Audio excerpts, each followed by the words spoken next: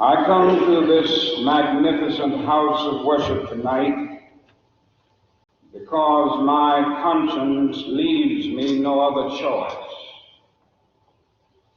I join you in this meeting because I am in deepest agreement with the aims and work of the organization which has brought us together, clergy and laymen concerned about Vietnam.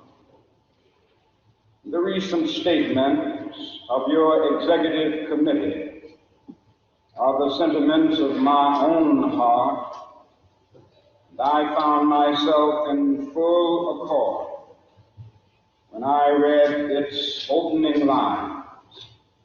A time comes when silence is betrayal. That time has come for us in relation to Vietnam. Over the past 2 years, as I have moved to break the betrayal of my own silences and to speak from the burnings of my own heart, as I have called for radical departures from the destruction of Vietnam, many persons have questioned me about the wisdom of my path. While I believe that the path from Dexter Avenue Baptist Church, the church in Montgomery, Alabama, where I began my pastorate, leads clearly to this sanctuary tonight. I come to this platform tonight to make a passionate plea to my beloved nation. This speech is in front, but rather to my fellow Americans. Since I am a preacher by calling, I suppose it is not surprising that I have 7 major reasons for bringing Vietnam into the field of my moral vision. That is, at the outset, a very obvious and almost facile connection between the war in Vietnam and the struggle I and others have been waging in America. A few years ago, there was a shining moment in that struggle. It seemed as if there was a real promise of hope for the poor, both black and white, through the poverty program. There were experiments, hopes, new beginnings. Then came the build-up in Vietnam, and I watched this program broken and eviscerated as if it was some idle political plaything of a society gone mad on war. And I knew that America would never invest the necessary funds or energies in rehabilitation of its poor, so long as adventures like Vietnam continue to draw men and skills and money like some demonic destructive suction tube. So I was increasingly compelled to see the war as an enemy of the poor and to attack it as such.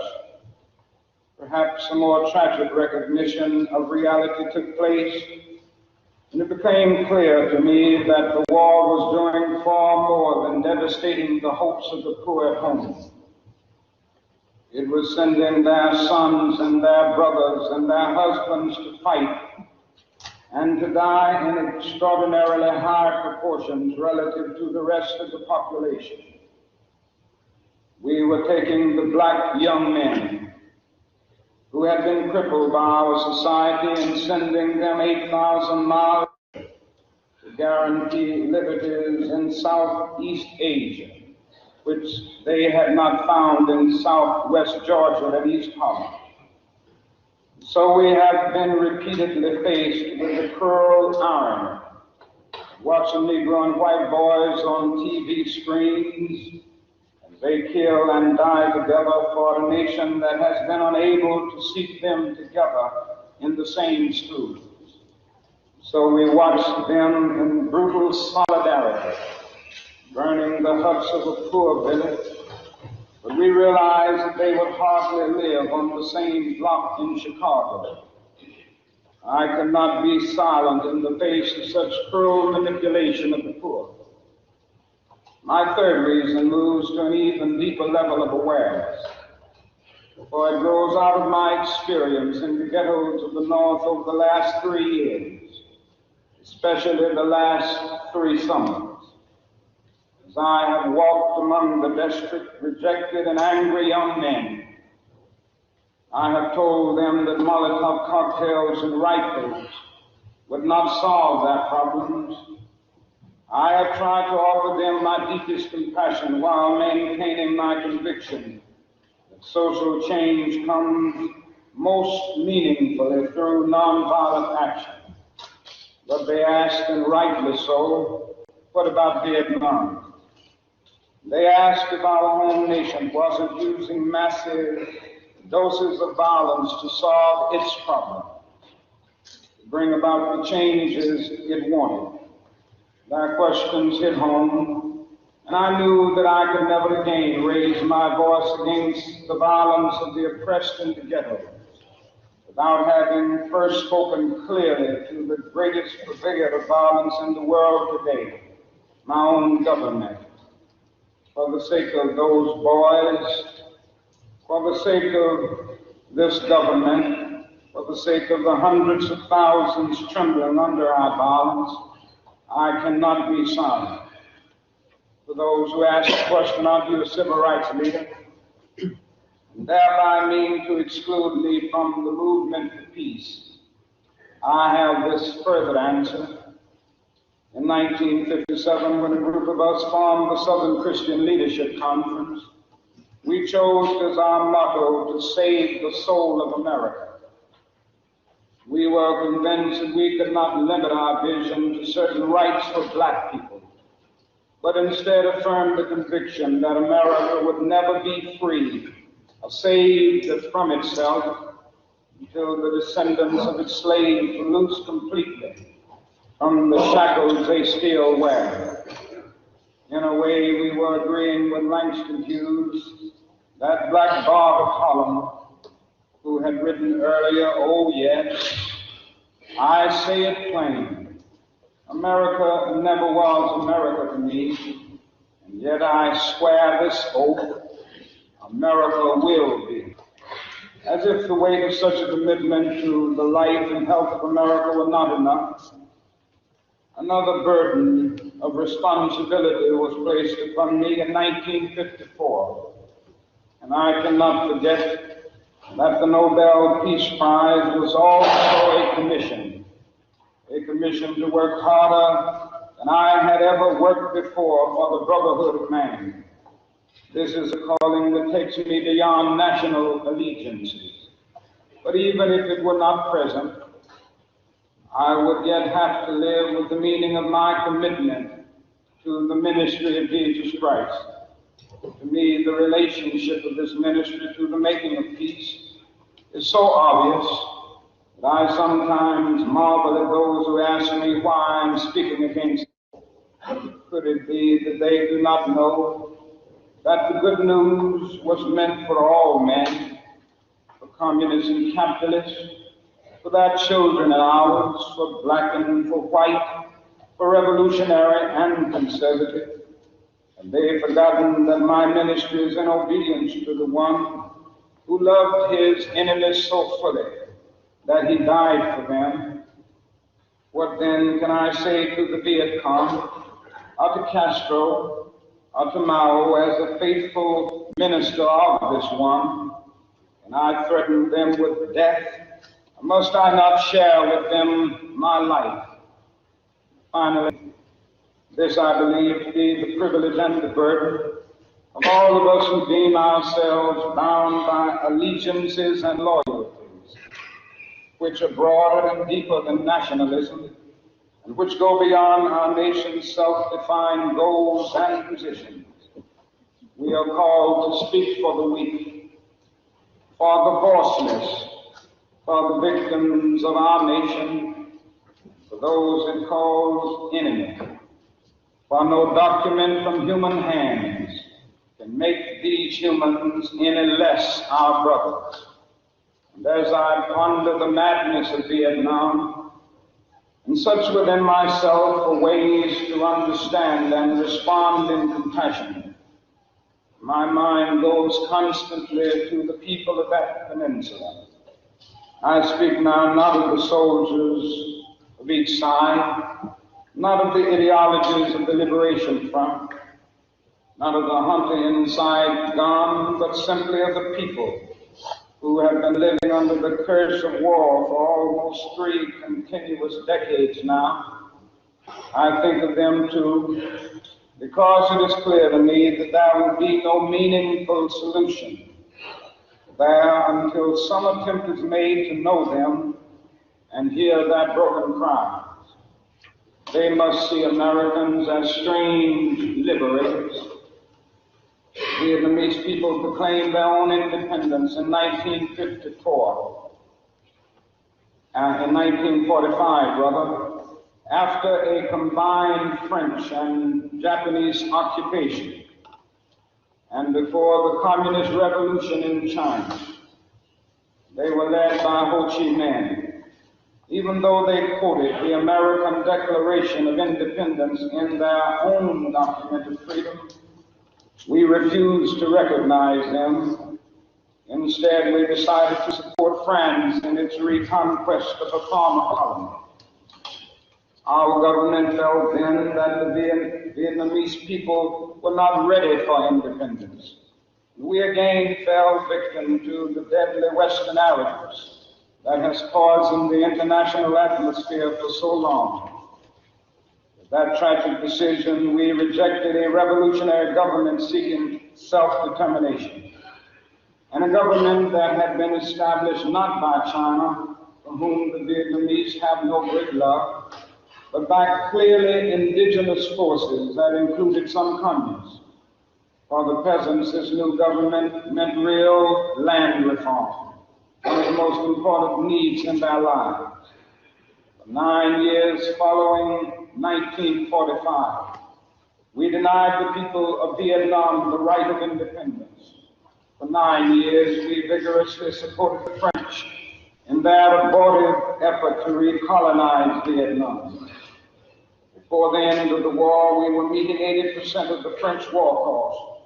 Even before the French were defeated at Dien Bien Phu, they began to despair of their reckless action, but we did not. We encouraged them with our huge financial and military supplies to continue the war even after they had left. Soon we would be paying almost the full cost of this tragic attempt at recolonization. After the French were defeated, it looked as if independence and land reform would come again through the Geneva Agreement. But instead there came the United States, determined that whole should not unify the temporarily divided nation. The peasants watched again as we supported one of the most vicious modern dictators, our chosen man, Premier Diem. The peasants watched and cringed as Diem ruthlessly rooted out all opposition, supported their extortionist landlords, and refused even to discuss reunification with the North. The peasants watched as all this was presided over by United States influence, and then by increasing numbers of United States troops who came to help quell the insurgency that Diem's methods had aroused. Diem was overthrown, they may have been happy, but the long line of military dictators seemed to offer no real change, especially in terms of their need for land and peace.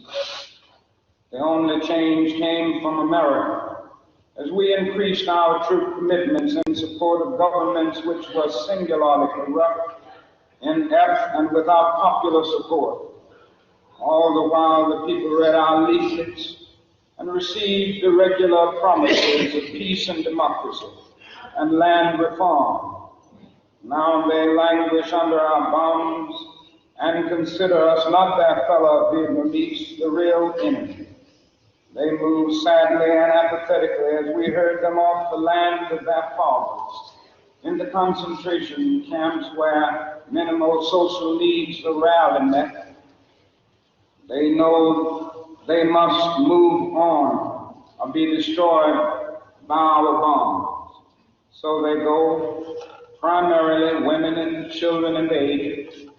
They watch as we poison their water, As we kill 1,000,000 acres of their crops, they must weep as the bulldozers roar through their areas, preparing to destroy the precious trees.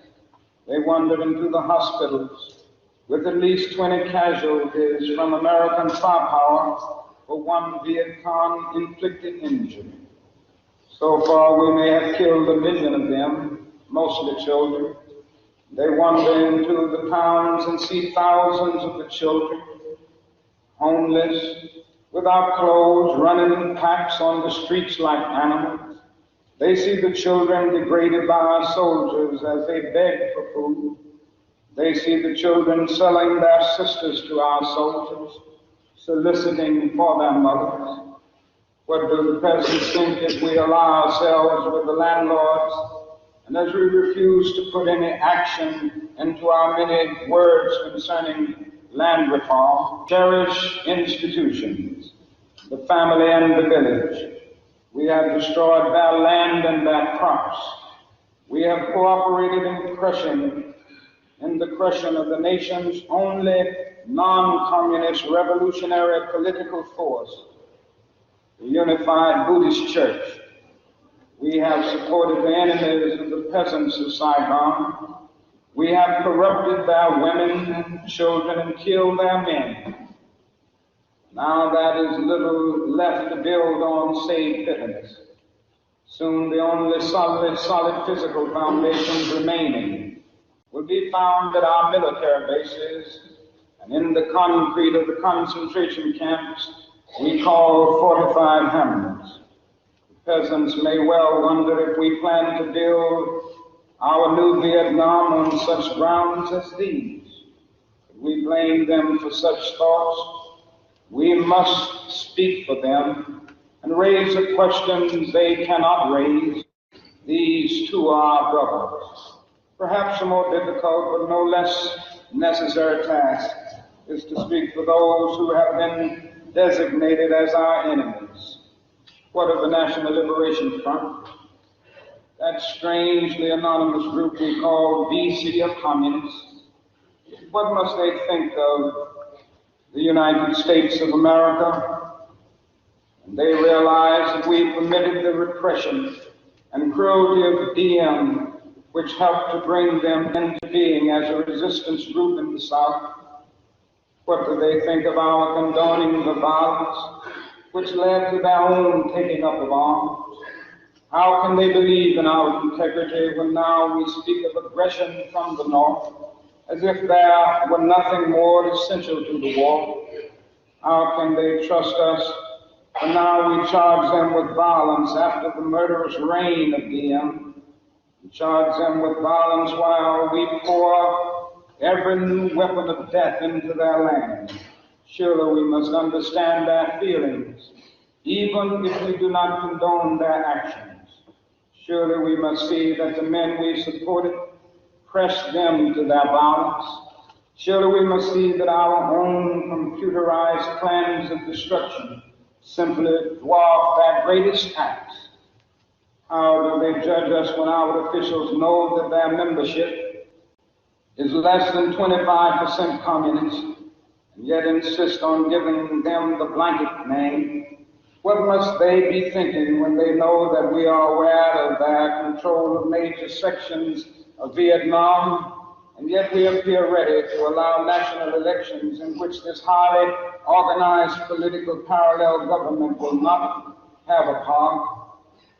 They ask how we can speak of free elections when the Saigon press is censored and controlled by the military junta. And they're surely right to wonder what kind of new government we plan to help form without them, the only party in real touch with the peasants. They question our political goals and they deny the reality of a peace settlement from which they will be excluded. Their questions are frighteningly relevant. Is our nation planning to build on political myth again, then show it up from the power of new violence? Here is a true meaning and value of compassion and nonviolence when it helps us to see the enemy's point of view, to hear its questions, to know his assessment of ourselves. For from his view, we may indeed see the basic weaknesses of our own condition. If we are mature, we may learn and grow and profit from the wisdom of the brothers who are called the opposition. So too with Hanoi. At this point, I should make it clear that while I have tried in these last few minutes to give a voice to the voiceless in Vietnam, to understand the arguments of those who are called enemy, I am as deeply concerned about our own troops there as anything else. For it occurs to me that what we are submitting them to in Vietnam is not simply the brutalizing process that goes on in any war where armies face each other and seek to destroy. We are adding cynicism to the process of death. For they must know after the short period there that none of the things we claim to be fighting for are really involved. Before long, they must know that their government has sent them into a struggle among Vietnamese. The more sophisticated surely realize that we are on the side of the wealthy and the secure while we create a hell for the poor. Somehow this madness must cease. We must stop now. I speak as a child of God and brother to the suffering poor of Vietnam. I speak for those whose land is being laid waste, whose homes are being destroyed, whose culture is being subverted. I speak for the poor of America, who are paying the double price of smashed hopes at home, death and corruption in Vietnam. I speak as a citizen of the world, for the world as it stands aghast at the path we have taken. I speak as one who loves America, to the leaders of our own nation. The great initiative in this war is ours. The initiative to stop it must be ours. This is a message of the great Buddhist leaders of Vietnam. Recently, one of them wrote these words, and I quote, "Each day the war goes on, the hatred increases in the heart of the Vietnamese, in the hearts of those of humanitarian instinct. The Americans are forcing even their friends into becoming their enemies. It is curious that the Americans, who calculate so carefully on the possibilities of military victory, do not realize that in the process they incurring deep psychological and political defeat. The image of America will never again be the image of revolution, freedom, and democracy, but the image of violence and militarism," unquote. We continue, "There will be no doubt in my mind and in the mind of the world that we have no honorable intentions in Vietnam. We do not stop our war against the people of Vietnam immediately. The world will be left with no other alternative than to see this as some horrible, clumsy, and deadly game we have decided to play. The world now demands a maturity of America that we may not be able to achieve. It demands that we admit that we have been wrong from the beginning of our adventure in Vietnam, that we have been detrimental to the life of the Vietnamese people. The situation is one in which we must be ready to turn sharply from our present ways in order to atone for our sins and errors in Vietnam. We should take the initiative in bringing a halt to this tragic war. I would like to suggest 5 comments. Now, there is something seductively tempting about stopping there and sending us all off on what in some circles has become a popular crusade against the war in Vietnam. I say we must enter that struggle, but I wish to go on now to say something even more disturbing. The war in Vietnam is but a symptom of a far deeper malady within the American spirit. If we ignore this sobering reality And if we ignore this sobering reality, we will find ourselves organizing clergy and layman concerned committees for the next generation. They will be concerned about Guatemala and Peru. They will be concerned about Thailand and Cambodia. They will be concerned about Mozambique and South. We will be marching for these and a dozen other names and attending rallies without end, unless there is a significant and profound change in American life and policy.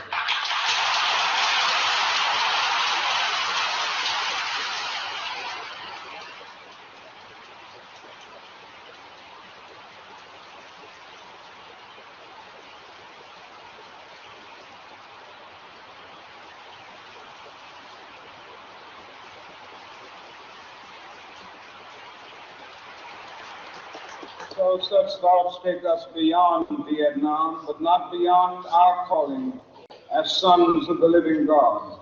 In 1957, a sensitive American official overseas said that it seemed to him that our nation was on the wrong side of a world revolution. During the past 10 years, we have seen emerge a pattern of suppression, which has now justified the presence of U.S. military advisors in Venezuela. This need to maintain social stability for our investments accounts for the counter-revolutionary action of American forces in Guatemala. It tells why American helicopters are being used against guerrillas in Cambodia, why American napalm and Green Beret forces have already been active against rebels in Peru. It is with such activity in mind that the words of the late John F. Kennedy come back to haunt us. 5 years ago, he said, "Those who make peaceful revolution impossible will make violent revolution inevitable."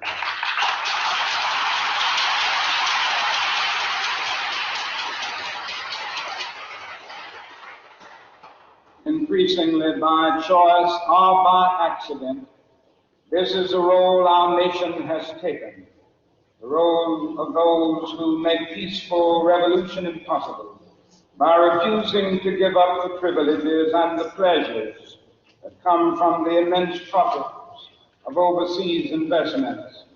I am convinced that if we are to get on the right side of the world revolution, we as a nation must undergo a radical revolution of values. We must rapidly begin the shift from a thing-oriented society to a person-oriented society, when machines and computers, profit motives and property rights are considered more important than people. The giant triplets of racism, extreme materialism, and militarism are incapable of being conquered. A true revolution of values will soon cause us to question the fairness and justice of many of our past and present policies. On the one hand, we are called to play the Good Samaritan on life's roadside. That will be only an initial act. One day we must come to see that the whole Jericho road must be transformed, so that men and women will not be constantly beaten and robbed as they make their journey on life's highway. True compassion is more than flinging a coin to a beggar. It comes to see that an edifice which produces beggars needs restructuring.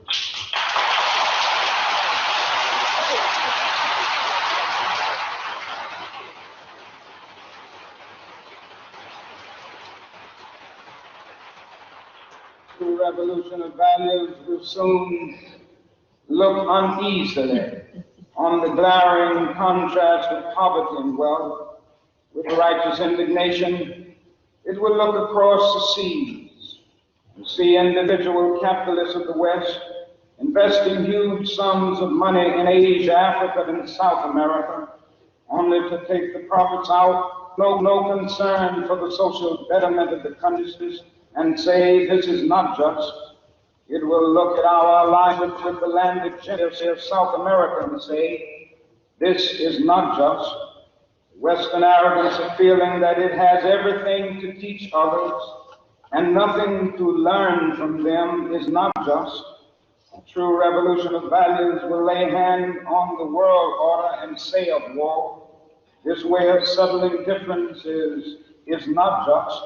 This business of burning human beings with napalm, filling our nation's homes with orphans and widows, of injecting poisonous drugs of hate into the veins of people's normal, sending men home from dark and bloody battlefields, physically handicapped and psychologically deranged, cannot be reconciled with wisdom, justice, and love. A nation that continues year after year to spend more money on military defense than on programs of social uplift is approaching spiritual death. This call for a worldwide fellowship that lifts neighborly concern beyond one's tribe, race, class, and nation is in reality a call for an all-embracing and unconditional love for all mankind. This oft misunderstood, this oft misinterpreted concept, so readily dismissed by the Nietzsches of the world as a weak and cowardly, has now become an absolute necessity for the survival of man. When I speak of love, I'm not speaking of some sentimental and weak response. I'm not speaking of that force which is just emotional bosh. I'm speaking of that force which all of the great religions have seen as the supreme unifying principle of life. Love is somehow the key that unlocks the door which leads to ultimate reality. This Hindu, Muslim, Christian, Jewish, Buddhist belief about ultimate reality is beautiful. We are now faced with the fact, my friends, that tomorrow is today. We are confronted with the fierce urgency of now. In this unfolding conundrum of life and history, there is such a thing as being too late. Procrastination is still the thief of time. Life often leaves us standing bare, naked, and dejected with a lost opportunity. The tide in the affairs of men does not remain at flood, it ebbs. We may cry out desperately for time to pause in her passage, but time is adamant to every plea and rushes on. Over the bleached bones and jumbled residues of numerous civilizations, written the pathetic words, too late. That is an invisible book of life that faithfully records our vigilance or our neglect. Omar Khayyam's right to move in finger rights and having writ moves on. We still have a choice today, nonviolent coexistence, a violent co-annihilation. We must move past indecision to action. We must find new ways to speak for peace in Vietnam and justice throughout the developing world, a world that borders on our doors. We do not act, we shall surely be dragged down the long, dark, and shameful corridors of time, reserved for those who possess power without compassion, might without morality, and strength without sight. Now let us begin. Now let us rededicate ourselves to the long and bitter but beautiful struggle for a new world. This is the calling of the sons of God, and our brothers wait eagerly for our response. Shall we say the odds are too great? Shall we tell them the struggle is too hard? Will our message be that the forces of American life militate against our rival as poor men, and we send our deepest regrets? Will there be another message of longing, of hope, of solidarity with their yearnings, of commitment to their cause, whatever the cost? The choice is ours. And though we might prefer it otherwise, we must choose in this crucial moment of human history. As that noble bard of yesterday, James Russell Lowell, eloquently stated, once to every man and nation comes a moment to decide. in the strife of truth and falsehood for the good evil side. Some great cause God's new Messiah often eats the gloom of life, and the choice goes by forever twixt that darkness, though the cause of evil prosper. Yet his truth alone is strong, though her portion be the scaffold, and upon the throne be wrong. Yet that scaffold sways the future. Behind the dim unknown standeth God within the shadow, keeping watch above his own. If we will only make the right choice, we will be able to transform this pending cosmic elegy into a creative psalm of peace. We will make the right choice. We will be able to transform the jangling discords of our world into a beautiful symphony of brotherhood. We will but make the right choice. We will be able to speed up the day all over America and all over the world, when justice will roll down like waters and righteousness like a mighty stream.